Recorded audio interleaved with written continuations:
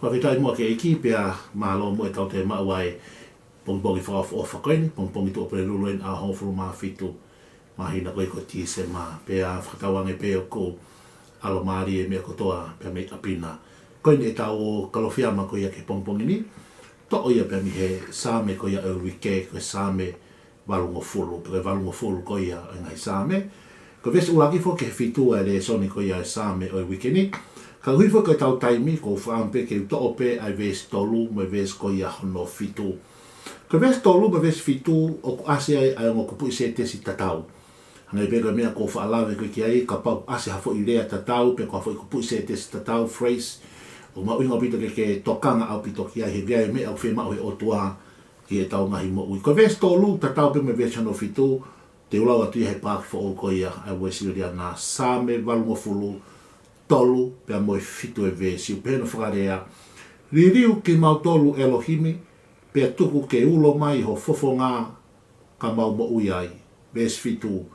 Liliu kimautolu Elohimi sa paoti pe tuku ke ulo mai ho fofonga ka mau mo ui ai ko e Saame maari e au pito e Saame koe ni ko e Saame a Safi e Saame koe ni ko a Safi ko e tahi e kau punake pega kau taki hiva i he tempare pea koe tokotaha kune tāke kina ai kakai he teimo no alo ke tempare i he lotu, i he hiva, i he hu pea moe whakawhetai pea koe Saame whakaofa in ka pote ke toki mau whai maari pea ke toki lau kotoa ai ngahi vese e Saame valungo fulu koe Saame pea whakawhetai koe Saame pea o lotu, koe Saame o hiva pea koe e whakakaukau o mai ke e tau Kalofiama koe i ahoni ko winga o rea Asafi ko winga ko tokotaha ko hanga whakatata i hamea ko tokotaha ko hanga whakatata i maha whanukunga kakai pe ko hamea ko winga i rea Asafi pe ko tui ko Saame valungo fulu ko hanga i Asafi o whakatata i ko toa mai ki tau tolu ko wike hono ua ki ende o e mahina whakaosi o e wanoa tahani ma pe ko tui ko e ngahi aho hono whakatata i mai e whamiri ko e ngahi aho pe hono whakatata i mai e siasi ko e whakatata mai i tau ngahi mo ui ko tau hao ke whakaosinga e tau pe whaamu ke whakama opo mea kotoa ko hinga ia o e lea Asafi ko ki tokanga ke ngahi hingoa ko asi i he Saame valungo fulu he ko hi o kia mea tokanga mai kia ai o tua neonga o pesi e tau whakakaukau he vesi tolu pe moe fitu ka o whaamu ke tau siongi ke ngahi hingoa he kuia ende whelawei ko tenu ke lawe ho tohi tapu o ku i kai ke tae aonga mea aonga mea kotoa pe e fo i rea e fo i vesi e hoi kupu i se tesi au ki ngai hingoa. Pea mahoi o pita ki tau ki tokanga ki ai ko hi he garea Asafi ko whakama opo ko whaamu ki tau whakama opo mo e wanoa tahani ma ak e ngai whakakaukau mo ngai uhinga loloto e ngahi hingoa asi i he valua fulu ko ia o e Saame. Ko hingoa uluaki ko Israeli asi pia mo i he vesi ono uluaki. A koe tauhi o Israeli, ko uhinga area Israeli ko Sihova au tau i kunai, ko Sihova au tau lobe peke courts prevail. Aia ko Sihova au tau lava ia e mea ko ia, tau i kunai. Ko ulaki hingoe, ulaki asi. Hiri anga pe Asafi ka whakatahataha ki tau tō, o asi me rewa ko Israeli. Aia na e mea na tau whepaki pia moe, na tau whehangai pia moe, pe ko tau lava ia mea ko ia. Ka pau te e whakaukau loto ke ka maka angai wanua tahani ma me sānuari, wa o mai ke wiki hono uai ne mahina ko tise ma. Na e ngai mea na tau fōa, na tau hake he monga hifo he te rea, na e ngai taimi o e alota maki, na e ngai taimi whaingataa, na e mea na tau whekuki pia moia. Kai whakawhetai koe ngore rea, ni ko Israeli ko na uhi ngā, o lava i Sihova. Ko tau lava, ko tau ikuna e mea ko ia. Pea koe taimu tau ikuna e mea ko ia, o kai ko ki tau tolu ia ka tau ikuna i. Ne kai ke peise pe maka tuunga i ha tau wimu tau malohi, ka ko hiko e otu ata ko tanga ne whai ai ikuna, ko hinga u tau ikuna i. Aia ko hangi ko tau lea tonga koe, maa whana he penu ke he. Ko tau ikuna e wanoa tahani maa. Ko tau lawai, he kui ngana e mena tau whetau laki pia moia. Kai ki lawai ape koe hae malai tau, koe hae mena ke whekuki pia moia tau koe ni. Mahalo pe ko huse pani ti, mahalo pe ko ho waifi, mahalo pe ko ho whanau. Mahalo pe ko ho mahaki whasina, mahalo pe ko hangau, mahalo pe ko whima o paanga. Mahalo pe ko ha pepa no whanua, pe koe hae ai ngahi isi o e mo uina ke whetau laki pia moia. Ko Israeli ke tala mai ko ikuna, ko lawai e Sihova. Whawhetai ke giko tau ikuna, ko tau whawhetai ke giko tau wao mai ki he mata whanga, porque mata uta o i wanua tahani ma. Tau whawhetai ke giko, o ku ikuna, porque tau ikuna ko ikuna i a Sihova. Ko hingoa hono ua o te tāna ki atu ki a kapati whatonga i whenga hi vesi, me kamati whenga no ulaki o alwhi whai. Ko hingoa hono ua ko i sio sifa, Ko sio si whako na uhi ngā koe tānaki e Sihova, pe koe toi whakalahi mai e Sihova. God has added, ai koe uhi ngā koe tānaki mai e tā puako me manu ia. Israeli o tau lawai, ka koe lawai, pe koe ikuna, pe mehe otua. Ko sio si whako e whakalahi, pe koe tānaki mai pe mehe otua. Whawhetai mua ke kiko tau wao mai ki he wiki hono ua e mahina whakaosi. Pati hana whakatoa ngai, paki whakamabopo mo ui, ai toi tānaki mai otua. Tānaki mai otua ai mo ui. Tānaki mai otua ai ngahi aho. Tānaki mai otua ai paanga, ai ngā ue. Iei si ni kina e whaamiri he tau koni whawhetai ki. Tānaki mai otua huse pāniti mai waifi. Whawhetai ki ui ni na nau whanau he tau koni. Whawhetai ki te whakalahi mai. Aki hofoha mo ofi tau koni. Ko te whakalahi ki wāhenga. Te whakawenga he matapāka kai businessi. Koe otuana ne te whai tānaki. Koe otuana ne whai whakalahi kona uhinga. Koe otuana ne hanga tāpua ki I kohe. Israeli kulawa I Sihova. Ko sio si wha toi tānaki pe kua whakalahi mai I Sihova. Ko hingoha na tolo toi asi I he ngahi vesi koe ni hai omita ke vesi kono wā. Au asi e rea Ifalemi. Ifalemi kona uhinga. Koe liu ngai tāpua ki pe koe tāpua blessing. Koe fruitfulness Koe fualahi pe koe to'u Ifalemi. Whawhetai mua ki he iki koe tau koe ngwanua tahani mā. O hanga e asafi whakamaa opo hona wata mai. Whakamaa opo ki tau tōpa tau whatau ngai ai liu ngai tāpua ke otua. Count your blessing, hey, lau ho tāpua ki. Tuang e koe ai ngahi. Polo pare ngahi mea uta nake fō mai ai. Kake lau mua ho tāpua. Kou tu tau tatau ko tau pe tāpolo e blessing. Liu ngau e tāpua ke otua. Kou tu tau fualahi. Fruitfulness I tapu katoa pe mo ui family siasi mo ngā ue whawhetai ki I whalem ko te whakamā opo mai ke tau sio ke tāpu aki o whai he otua ko hingoa hono ua ke pensimani ko pensimani kono ui ngā ko whoha hoku nima to o matau ko e tama whikau e ni ko ia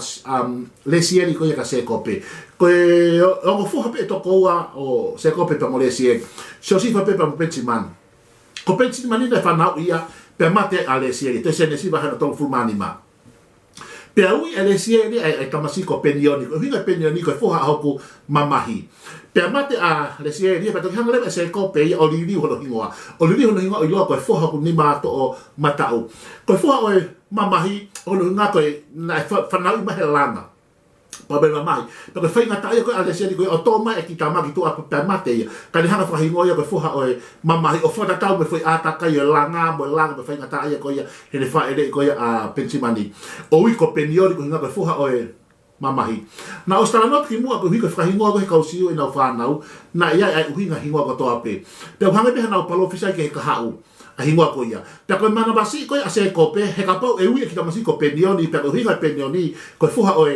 mamahi ai kono hinga ko kita masi e mamahi pe a ko to ape e mamahi pe me moli de ke sapa pe mamahi pe au a me sangol ki ti sema pa ni hanga le vai o Liliu e hinga o ia o kai ke te ko penioni ka ko pensimani pa ke pensimani ko hinga ko e foha ni ma to o matau ko e ni ma o de to matau o hinga ia ke mafai pe ko pure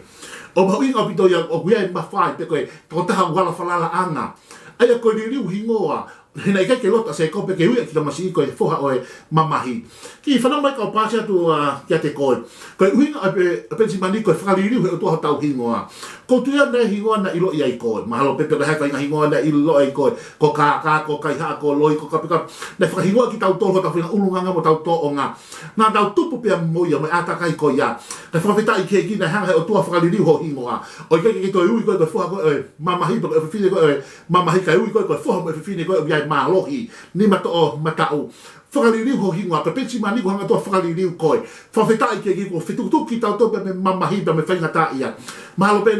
koe ataka ia na ke fōwai ka koe ngongo rei o aho ni ko hanga toa whakaririu ho mo'ui whakaririu ho ulunga mo to o ngā o hoko koe ko taha wala whalala ana o hoko koe ko taha ni mato o matau e o tua ia whalala pa me mawhai pa mo e pūre ko hingoa whakaosi wase hewe si ko hingoa manase ko hingoa manase ko whakangaloi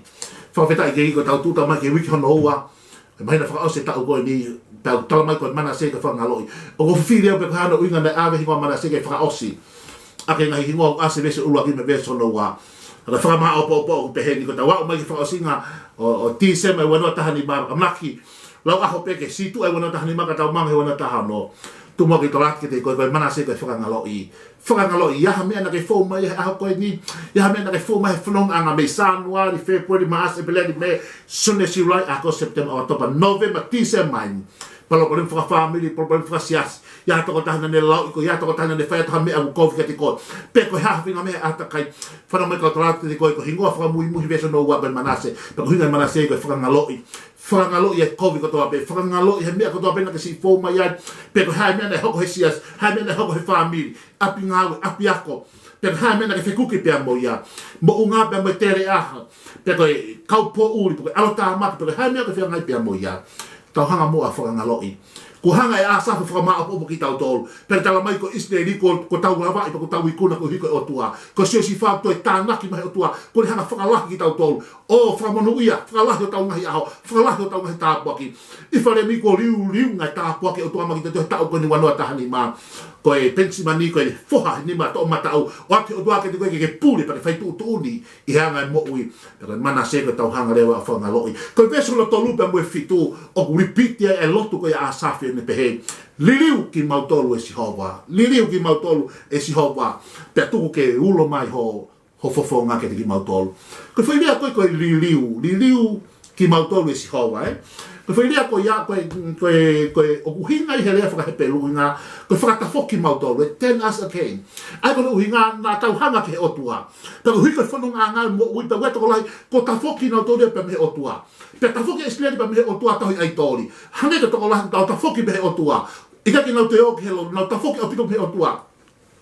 ko na woki mama no turia nei mari e mama ni koni pe ko lotu ko asafi e otua te fa ta foki ma to 10 as again te fa foki ma to he na tau situ ki ta topa me otua fa halo mui pa tau foki pa tau siak o pito to ai otua ka ko lotu asafi e Sihova hanga mua te fa ta foki ma to he ko no hinga ko fofonga otua hanga te ke te ko o te ke Liliu o te ke ta foki otua ko o ke ta foki me otua pe ko mui ulu hanga mai pe ko hinga otua hanga mai ko lotu asafi e Sihova hanga mua fa Liliu ki ma to fa hanga mai pero tengo te hanga mai mata ke fofonga o tua he ko fofonga o tua o ko no koloria no no now pero tengo te hanga mai ki o tua ta foki mai ki o tua to foki mai ki o tua pero tengo te foki mai ki mamma ka ki ha pe ulo mai le ba no fofonga no koloria o reflect le ba koloria o tua I ho koloria now pero tengo te mamma he pe me o tua au ke api ngau mo siasi mo shopping o si o le ba ka kai o ke no te si ho imisi ka no si o le ba he koloria o to ia te ko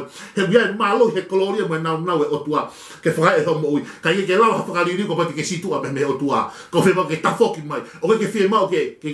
hanga te koloria o tua ho muy ulu ta foki mai ho mata porque behele e ta na fa Saame Liliu kimautolu e Sihova ko fa le ta ha fa ta foki kimautolu e Sihova ko ba te da nga fa le a molitoni Liliu kimautolu e Sihova fa no ai he ke la hata ngata Liliu hata ngata he ke la fa Liliu ho mo ui pe ke la ta fa Liliu hata ngata ko Sihova sa pa ti pe te la fa Liliu ho mo ui pe lo tu ya ho ni Liliu kimautolu e Sihova pe tuko ke ulo mai ai now pe me gloria pe me fofonga o tua maki tau tolu to ha ke fa singa o e mahina ko ti se mama me frase o ngana ta ni ma tuko ke hanga o tua fa fa Liliu mo ta fa ta foki pe tuko ke ulo mai no fofonga ta mai ko lo te ki afiona ta po ki e to ta ko to pe to ke mai gloria pa mo now pe fa Liliu kimautolu me now ke now e wa fa ikona si Christ ko al ko ya mo fa mo wi amen.